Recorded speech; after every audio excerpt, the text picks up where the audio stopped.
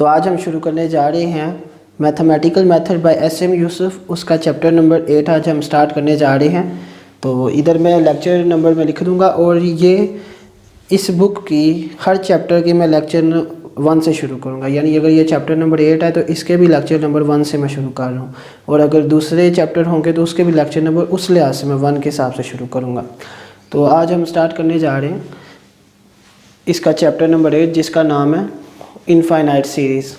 ठीक है, तो सबसे पहले हमारे पास आ जाता है कि सीक्वेंस या प्रोग्रेशन क्या होती है। तो इसकी डेफिनेशन सबसे पहले देख लेते हैं।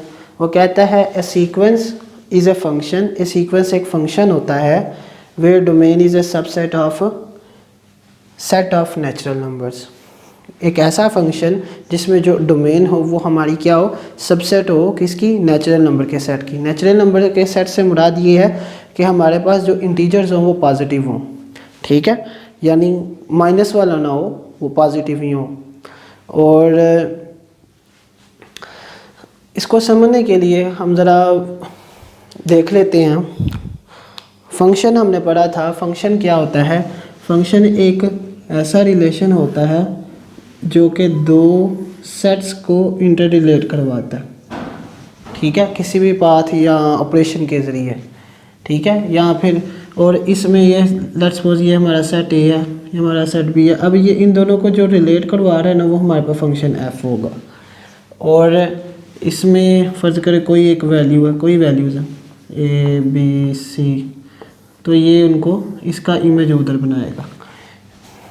ठीक है, तो इसमें हमारे पास कोई भी एक रिलेशन हम ले सकते हैं फंक्शन को। मसलन मैं अगर लिखता हूँ y is equals to mx plus C, कोई भी आप ले सकते हैं। अब इसमें हमारे पास ये जो वैल्यू होगी ना, जो कि हमने इसमें पुट करनी होगी, यानी ये फंक्शन है y, ये जो y is equal to mx plus C है, ये x का फंक्शन है। यानी x की वैल्यू हम इसमें प्लग इन करेंगे तो हमारे पास y की वैल्यू चेंज होगी।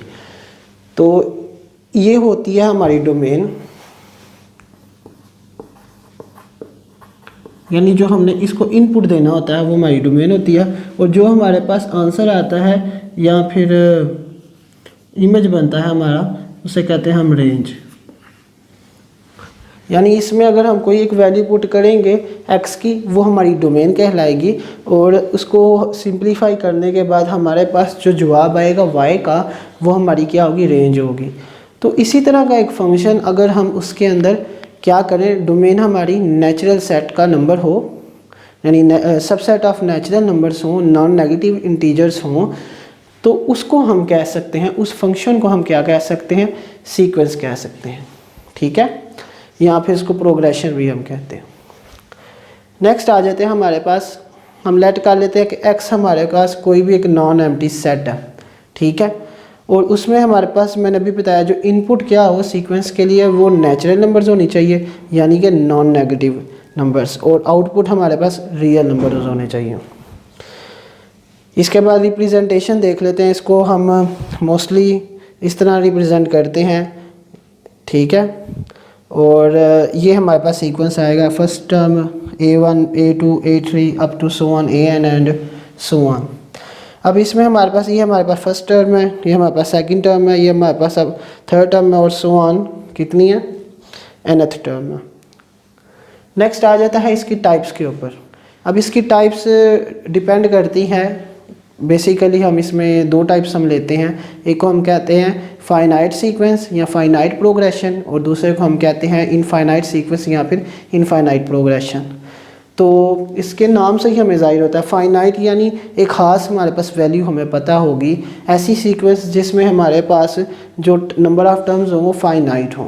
ठीक है, a sequence having finite number of terms is called finite sequence और प्रोग्रेशन। फॉर एग्जांपल ये मैंने लिया, और अगर हम इसको इस सूरत में देखें तो सिर्फ अगर हम इसको इतना देखें, अगर यानी यहाँ तक AN तक, तो A1 से लेकर AN तक nth टर्म तक हमारी क्या होगी, फाइनाइट सीक्वेंस। नेक्स्ट आ जाता है हमारे पास इनफाइनाइट सीक्वेंस या इनफाइनाइट प्रोग्रेशन क्या होती है। A sequence having infinite number of terms, यानी जिसमें लातादाद हमारे पास क्या हो, टर्म्स हो, तो उसको हम कहते हैं इनफाइनाइट सीक्वेंस।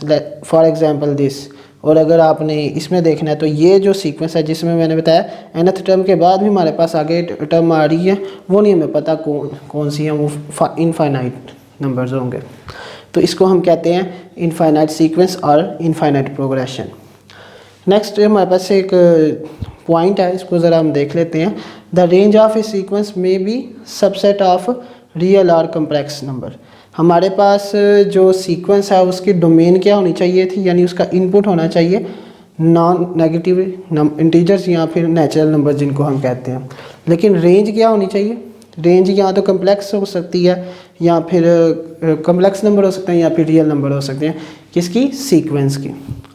तो इसी के ऊपर डिपेंड करते हुए अगर हम बात करें कि अगर हमारे पास सीक्वेंस हो उसकी रेंज क्या हो, सबसेट ऑफ रियल नंबर हो, मैं रेंज की बात कर रहा हूँ आउटपुट की, तो उसको हम कह सकते हैं रियल सीक्वेंस। तो यही था हमारे इस लेक्चर में इंट्रोडक्शन था इस चैप्टर का। तो उम्मीद करता हूँ आपको समझ लग गई होगी। तो इंशाल्लाह मिलते हैं नेक्स्ट लेक्चर में, तब तक के लिए अल्लाह हाफिज़।